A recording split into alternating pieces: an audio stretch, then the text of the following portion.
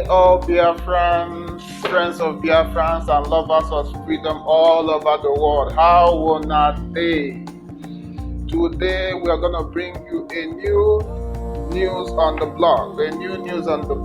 It's about Nigerian's government account of the explosion that happened in Lagos on the 15th of March. Because today there are new revelations. And it's obvious, it's categorically obvious that the Nigerian government lied.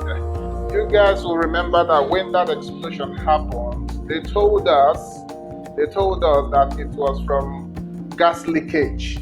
The explosion that happened in Ado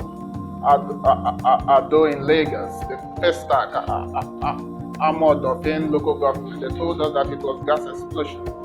And the NNPC was quick to jump to defend the Nigerian government. According to them, they said that it was caused as a result of a truck that ran over a gas cylinder, and actually it led to explosions, killing about 23 people and vandalizing millions of thousands of properties of people. And not only that, it went ahead to displace over 200,000 people in this hard time where Gary no day for person to chop. It went ahead to displace over 200,000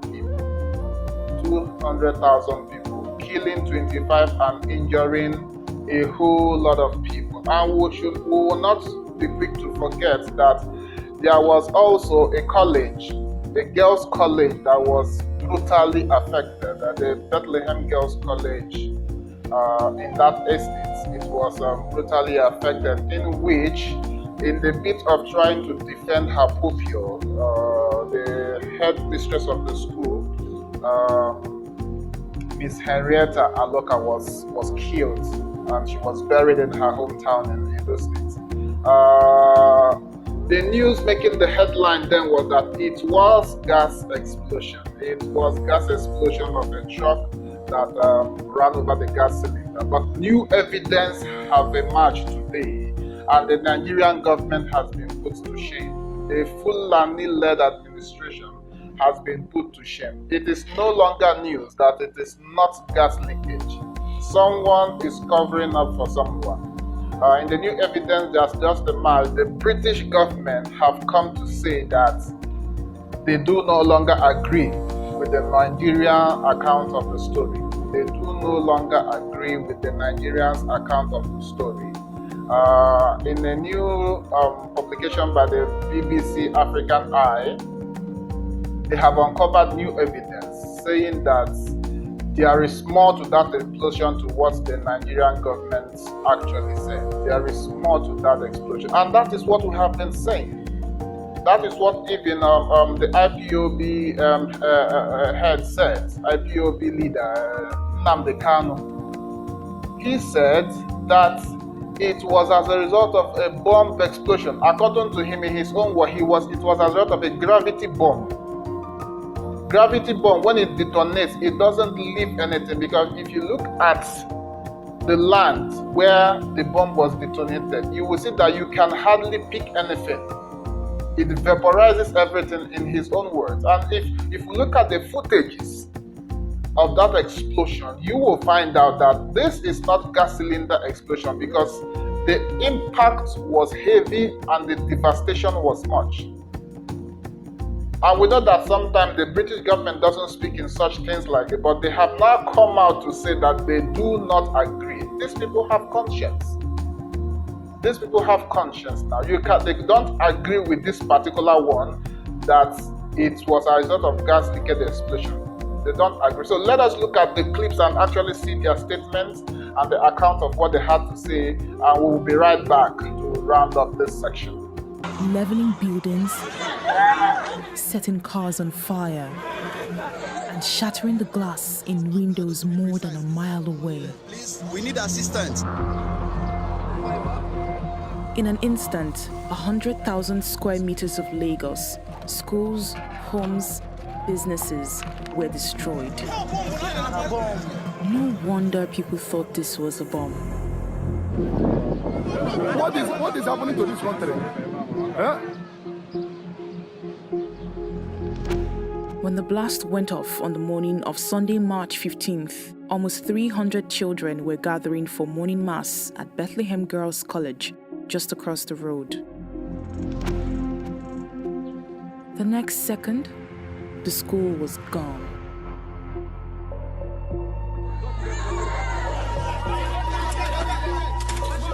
Miraculously, not a single girl died in the blast.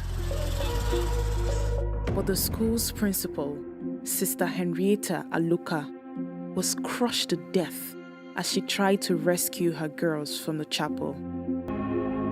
As the dust settled and the fires were put out, the cause of the blast became clear. This was not a bomb. It was an explosion on a pipeline operated by the Nigerian National Petroleum Corporation, or NNPC, the country's state-owned oil firm. And the NNPC was quick to shift the blame onto others. It's very obvious that this explosion is caused by excessive gas exposed to this location from works of gas handling companies. The blast, they told the press, was caused by a truck that hit some gas cylinders stacked near the pipeline. It's a story that absolves the NNPC of responsibility. A story that turns this blast into a tragic, unforeseeable accident. But is this story true? That was shot in the moments before the explosion.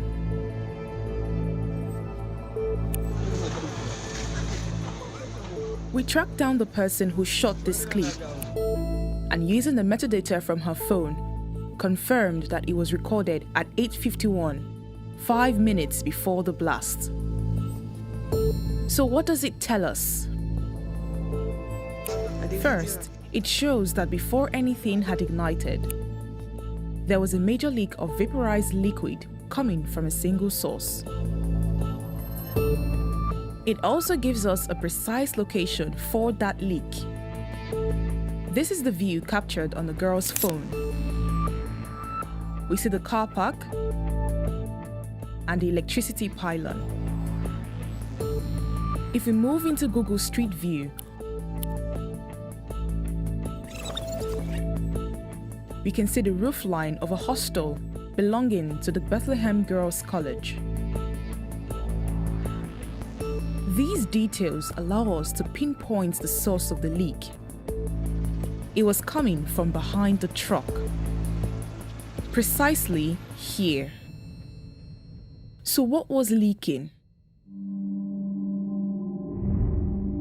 The NNPC's explanation was that the truck collided with gas cylinders stored at a gas processing plant located near their pipeline. So could this leak be coming from gas cylinders? Satellite imagery taken before the blast shows that there was no gas processing plant at this site.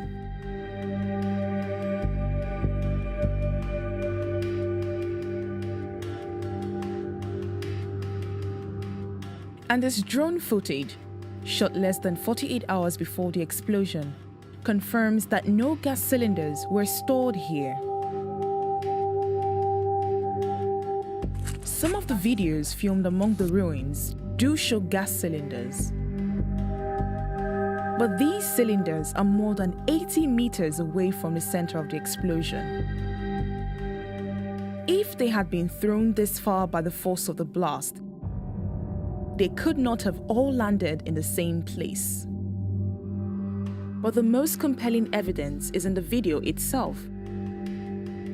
We know that this clip was shot at 8:51 a.m., 5 minutes before the blast.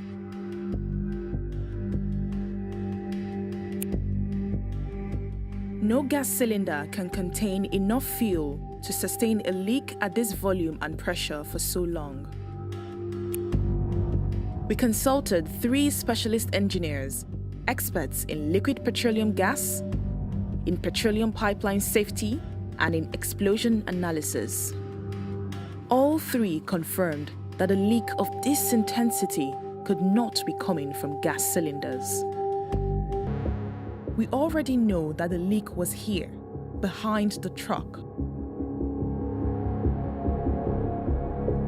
Drone footage shows us that the source of this leak became the center of the blast crater. And if we look at satellite imagery taken back in 2009, we see something else. This is the trench dug to contain the NNPC's petroleum pipeline. And that pipeline runs right through the source of the vapor leak. So what could have caused the pipe to break? Drone footage shows the truck that was burned out in the blast. It's an Iveco 19038 that's unladen, weighs 8 tons. But on March 15th, this truck was fully loaded with rock and probably weighed more than 25 tons. It stopped here on the unsurfaced road, directly above the pipeline. At this same location, there's a dip in the land where rainwater has washed out some of the road's surface.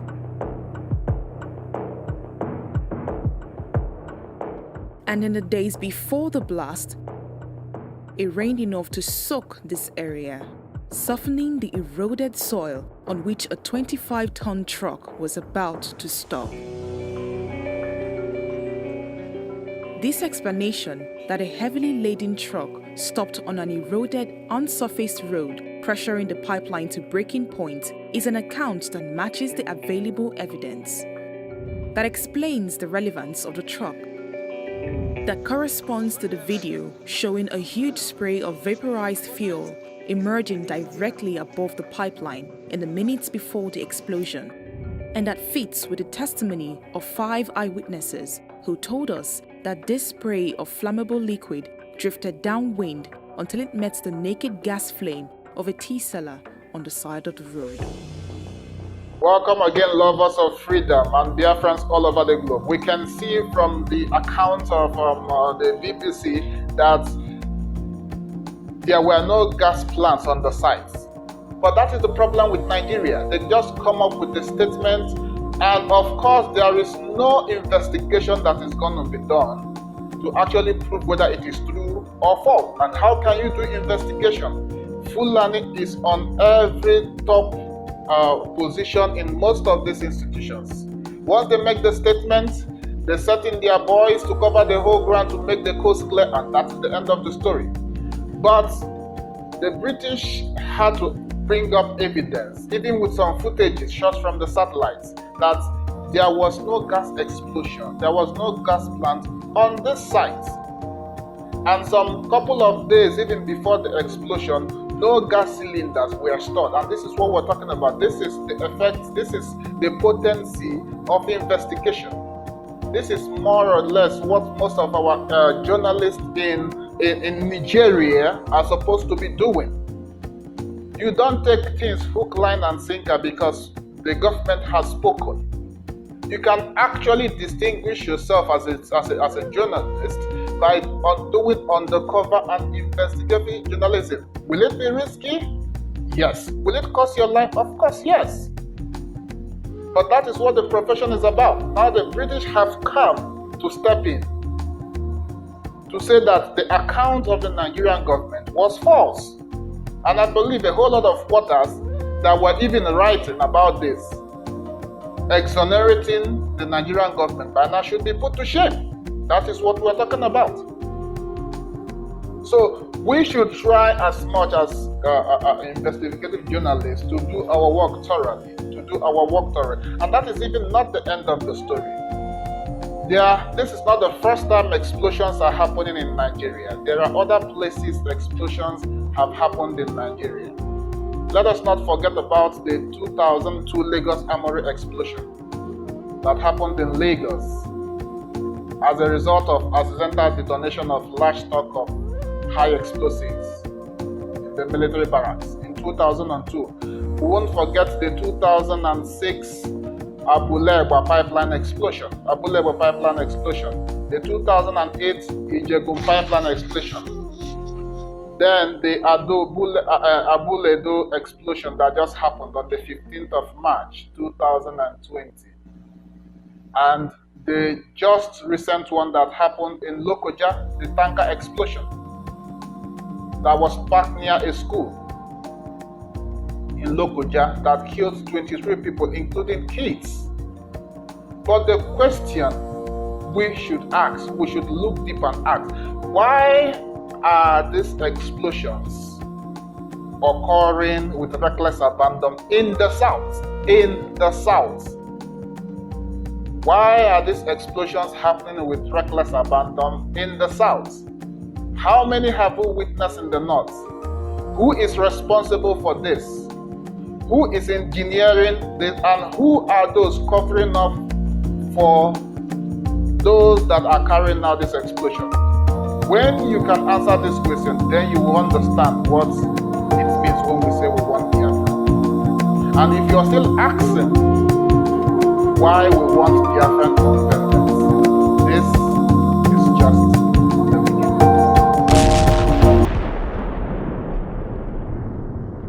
For more of our videos, don't forget to subscribe to our channel, and please don't forget to turn on the notification icon so that you will be rightly informed whenever we publish on this channel. Thank you very much, and do have a lovely day.